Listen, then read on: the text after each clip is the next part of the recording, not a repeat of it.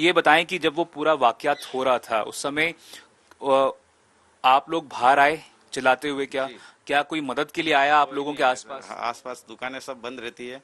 खाली एक दुकान खुली थी नीचे, लेटेस्ट टेलर करके। वो उस दुकान दो मेंबर थे, तो वो दोनों भी भाग गए थे। ये किस समय का, क्या वो डर के भागे थे? डर के भागे थे सर। किस समय का वाकया था ये? ये 3 बजे के आसपास का वाक्य है सर। तो आसपास की दुकानें बंद क्यों पड़ी हुई थी? वो सर कोरोना काल से बंद है। अच्छा। हाँ। तो ये बताएं कि जब वो चोटिल हो चुके थे, जब उनका खून बह रहा था कन्हैया लाल के, आपके दिमाग में सबसे पहले क्या ख्याल आया? क्या आपने उनकी जान बचाने की कोशिश की? सर जान बचाने की कोशिश करी थी, लेकिन अब उन्होंने हमारे ऊपर भी वार करा था, लेकिन मैं तो बच गया सर। लेकिन पीछे से जो मेरे बाद में जो थे उनके चोट लगी सर। आप बता रहे थे ईश्वर को आप अस्पताल लेकर गए, मैं नहीं, पर मैं उनके सर पे कपड़ा बांधा।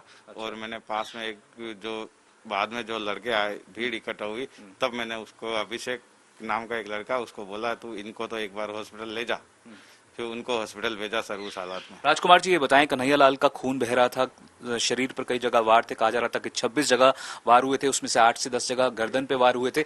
तो आपको लग रहा था क्या कि उम्मीद है कुछ बचे होंगे? आपने कोशिश की उनको अस्पताल ले जाने की? जब तक बाहर आए थे, जब तक बचे हुए थे सर।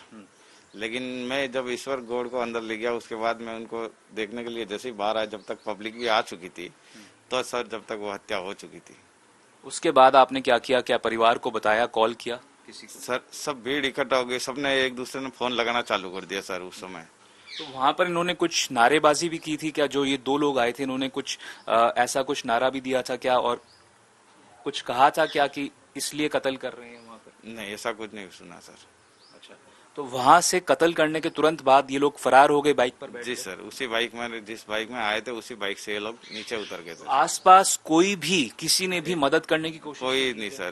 सर, 2-3 लेडीज थी, उन्होंने चिल्लाया भी था, लेकिन वो चैनल गेट जो पास में हमारे दुकान के वहां से आज चैनल गेट से चिल्लाई भी थी 2-3 लेडीज, लेकिन कोई आया नहीं था सर। ये कहा जा रहा था कि कन्हैया लाल पहले कुछ ऐसा पोस्ट करते थे, उनके बेटे से एक बार गलती से कुछ शेयर हो गया, जिसकी वजह से ये सारा जो मामला जो है, इस उनको धमकियां मिलनी शुरू हो गई। उसके बाद उनके उनके ऊपर जानलेवा हमला हुआ, उनकी जान तक चली गई।